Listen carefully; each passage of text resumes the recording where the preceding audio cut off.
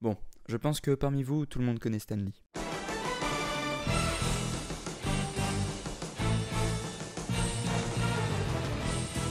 Ou presque. C'est le papa des centaines de héros et de personnages de chez Marvel.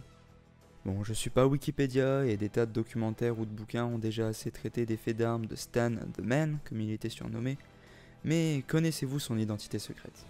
Je veux parler de Stanley Yebert. Son véritable nom qu'il est réservé pour le grand roman qu'il n'a jamais écrit. Né en 1922 à New York, Stanley est un fils d'immigrants roumains juifs venu s'installer aux États-Unis. Il grandit dans le quartier de Washington Heights durant la Grande Dépression et se passionne très jeune pour les bandes dessinées bon marché appelées les pulps. D'origine très modeste, en parallèle de ses études, il enchaîne les petits boulots pour aider sa famille. Livreur de sandwich au Rockefeller Center, garçon de course pour un fabricant de pantalons, placeur au Rivoli Theater de Broadway, etc. Mais en 1940, il commence à travailler comme homme à tout faire pour l'éditeur Timely Comics.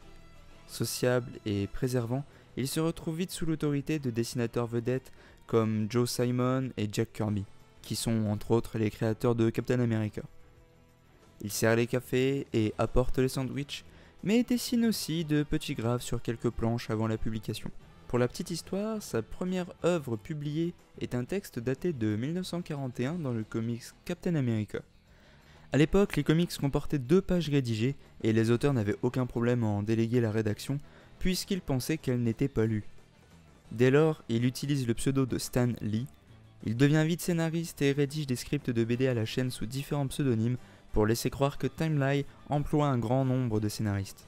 Au départ de Jack Kirby et Joe Simon, à cause d'un désaccord financier avec Martin Goodman, le patron de Timely, Stan devient le premier rédacteur en chef à moins de 20 ans. Mais soudain, en novembre 1942, Stan est appelé sous les drapeaux. On le cantonne à dessiner des documents pédagogiques puisqu'il s'engage dans l'armée, officie dans les services de communication avant de se consacrer pleinement à l'édition à la fin du conflit. Après la guerre, les comics traversent une crise, et Timely devient alors Atlas Comics. Mais Stan reste fidèle au poste et il écrit des scénarios de comics dans tous les genres. Côté perso, il se marie en 1947 avec la top modèle et actrice de doublage britannique Joanne Boocock. Mais à la fin des années 50, Stan en a marre et songe à démissionner après 20 ans de bons et loyaux services. Jusqu'à ce qu'il propose une histoire de super équipe pour Marvel Comics, qui était devenu le nouveau nom de l'éditeur, avec Jack Kirby, qu'il avait réussi à faire revenir, appelé Fantastic Four, qui était un peu là pour concurrencer la Justice League de DC. Il révolutionne les comics de super-héros de l'époque. La structure des récits est plus adulte, ses personnages sont en prise avec des problèmes personnels, sentimentaux ou encore financiers. Ils se chamaillent et usent de l'argot. Et c'est ainsi que les 4 Fantastiques deviennent cultes, et font de Marvel l'un des leaders du marché. Fort de leur succès, le duo multiplie les créations qui suivent la même recette. Hulk en 1962, Thor la même année, les X-Men en 1963, les Avengers également. Avec les dessinateurs Steve Ditko, Don Heck ou encore Bill Everett, Stan Lee donnera naissance à d'autres séries de super-héros qui connaîtront ainsi le succès. Spider-Man en 1962, Iron Man en 1963, Doctor Strange la même année ou encore Daredevil en 1964. Ces personnages humains, faillibles, sont parfois torturés et souvent craints par la population, ce qui tranche résolument avec les super-héros positifs de chez DC. Même ces personnages négatifs comme les super-vilains sont en proie à des questions existentielles qui les rendent plus humains et faillibles. Il suffit de regarder par exemple l'homme sable, dont les mauvaises actions sont motivées par la nécessité de trouver l'argent pour soigner sa fille malade, ou encore Magneto, qui était un survivant des camps de concentration. Co-créateur de la majorité des personnages, Lee s'occupe aussi du courrier des lecteurs, des revues et du matériel rédactionnel. Il s'entoure d'autres dessinateurs de grand talent comme John Romita Sr., Gene Colan, etc. Et leur délègue progressivement la construction des intrigues, se réservant l'écriture des dialogues. Cette méthode, qui fait des dessinateurs les co-scénaristes des revues qu'ils dessinent, permet d'obtenir des récits dynamiques axés sur le dessin et l'action. Au fil des années, Stan devient le visage de Marvel Comics. Il fait évidemment des apparitions aux conventions de comics, des conférences dans les collèges et participe à des discussions.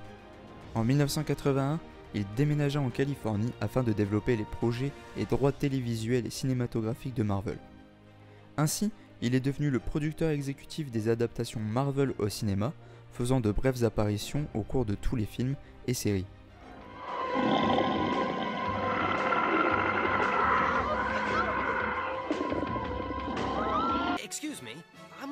some guy named Stan Lee. What? Spider-Man? Pam, hold my calls for a while. I think I've finally gone crazy. Dans un documentaire lui étant entièrement consacré, intitulé With Great Power, The Stan Lee Story, il affirme « Je ne rêvais pas de faire des comics étant enfant. Je voulais être acteur. Mon premier héros était Errol Flynn. » Stan resta néanmoins directeur émérite de Marvel, recevant un salaire annuel de $1 million. Pourtant, simultanément dans les années 2000, Stan accomplit son premier travail pour DC Comics, lançant la série Just Imagine, au sein de laquelle Stan réimaginait les principaux super-héros de DC. Il crée aussi la série animée pour adultes Stripperella pour Spike TV, en collaboration avec Pamela Anderson. Oui, c'est improbable, je sais. En 2005, avec Jill Champion et Arthur Lieberman, il forme POW Entertainment, qui signifie Purveyor of Wonders, pour produire des films et des téléfilms ainsi que des jeux vidéo. Et en 2009, il se lance dans le manga en créant Hero Man, qui sera adapté en dessin animé. Et il scénarise l'autre manga Ultimo avec Hiroyuki Takei. Mais Stan demeure profondément lié à Marvel, pour qui il écrit ponctuellement des épisodes spéciaux tels que Stan Lee Meets Spider-Man, nommé aux Eisner Awards de 2007, ou Fantastic Four The Lost Adventure.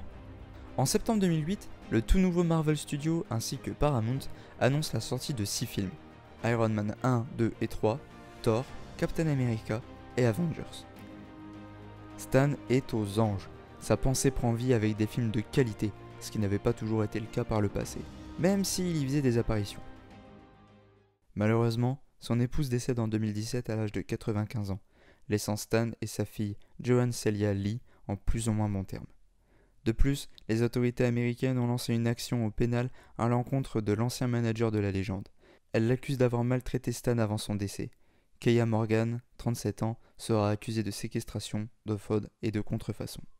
Car oui, peu de temps après sa femme, Stan s'éteint le 12 novembre 2018 à Los Angeles, des suites d'une insuffisance cardiaque et respiratoire, laissant un énorme vide dans le cœur de tous les fans de Marvel Comics.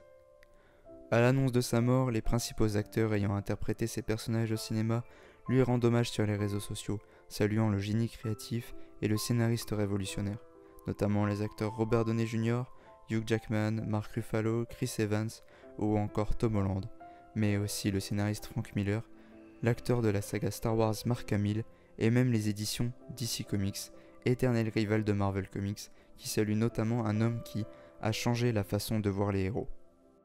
Stan Lee avait pris l'habitude de signer ses tribunes dans les comics avec l'expression « Excelsior », une expression dont personne ne savait ce qu'elle signifiait, jusqu'à ce qu'il explique qu'il voulait inventer un mot, plus haut, plus loin, vers une gloire supérieure. Alors au lieu de vous souhaiter une bonne soirée, c'est ce que je vous souhaite ce soir. Excelsior.